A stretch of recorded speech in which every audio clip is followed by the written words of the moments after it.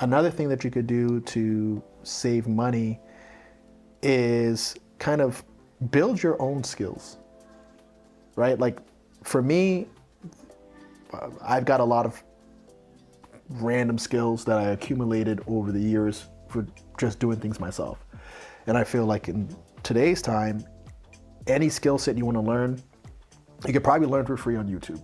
Yeah. So rather than being dependent on third-party providers, if you're willing to put in the work, learn how to use different pieces of equipment, learn how to use different forms of software, learn everything from these free sources and do it yourself. Because chances are you could zero in on what you actually need on the cheap rather than paying some third-party service provider who, is making a living off of you. We actually have, and it's on our website, you guys can access it if you want, a free PDF that lists all of the things that are needed when starting a healthcare staffing agency. But in terms of skill sets, what do you think somebody needs to develop for themselves when starting a healthcare staffing agency? The skills that people need from day one, I would say, is basic computer skills, understanding how to navigate, Microsoft Office suite, so Word, Photoshop. Well, that's not Microsoft, but Photoshop. Learning how to use Photoshop would be helpful if you're trying to design your own things. Learning how to use PowerPoint, Excel. Those are essential. Learning basics on kind of bookkeeping and financial management would be helpful.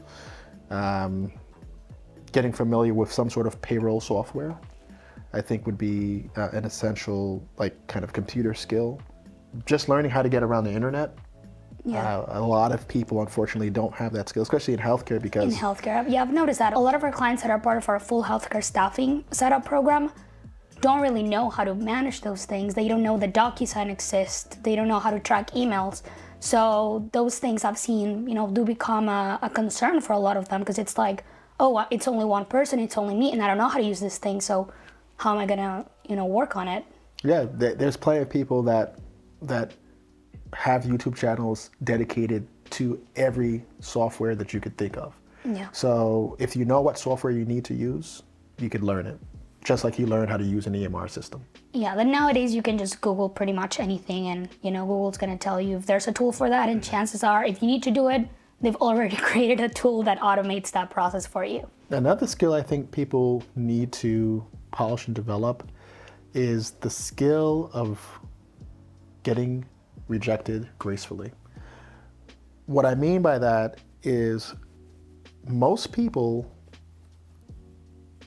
and I find that, this is gonna sound super sexist, but most women, and a lot of our clients are women, nurses who are going into healthcare most staffing. of them are.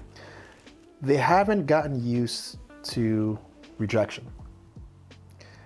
And this is a weird analogy, but I think it's the reason why there are more male salesmen.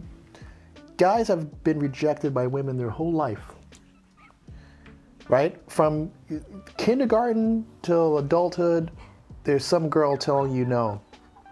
You just get used to it. You just get used to it. Right? And you It's know, like, they're like, oh, that's just normal life. yeah, nobody likes me, and I just have to keep trying harder until I become likable. Yeah, somebody's gonna like you at some point. Yeah, you learn that lesson in life. So it's the same when it comes to sales. And I've noticed this, the difference between men and women who are getting into their businesses is that the sales part is what frightens them. And the issue with the sales part that frightens them is that they have to open themselves up to a stranger and be told, no, I don't like your service, I don't like you, not right now, whatever. Even getting told not right now, or we don't work with agencies, they take that as a personal rejection, that maybe they said something wrong, or it's their sales pitch, etc. It's like, no, this company doesn't work with agencies. Yeah, or they are just not in need of one right now, and you just kind of have to, realize that it's not you or what you're offering, it's just that they're not the right person for you at that time. Yeah, but for them it's rejection. Yeah. And on top of that, they don't have a good sense of the conversion ratio of cold calling. It's very low.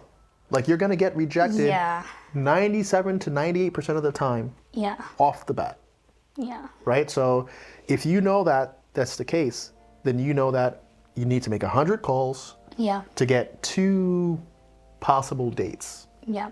okay? And it's good knowing that, going into it. So you haven't made 50 calls and then realize like, oh my God, I haven't even gotten one yes. And then when I just drop the towel and be like, that's it. If you already know that the conversion rate is very low and that chances are it's going to take you 100 calls, 200 calls to make one sale, then you're just going to have to push through if you want to actually make that a business. Because at the end of the day, all that matters is that you get one yes. The one yes can build your entire business. Yeah. There's so many people, like you see it all the time, so many success stories.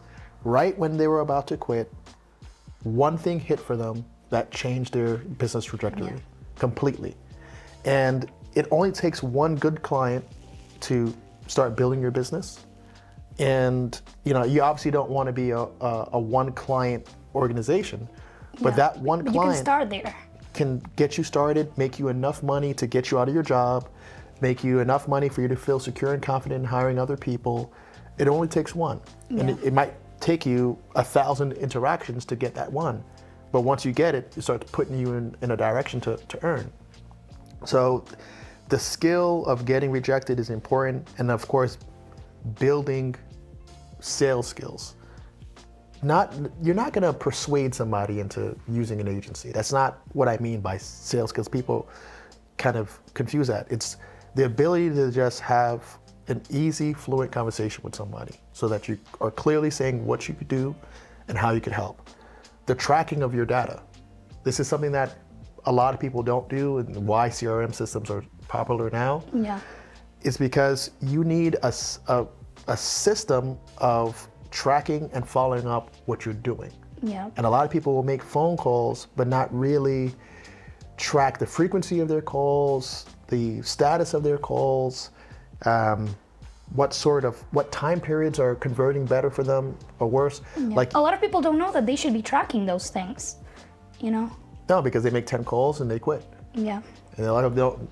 You want to see, try to review if there's a pattern that exists. Maybe afternoon calls don't do well. Maybe the person in charge just doesn't work afternoons, so you're never going to get a yes because you're always talking to the secretary. Yeah, those things should be tracked that way.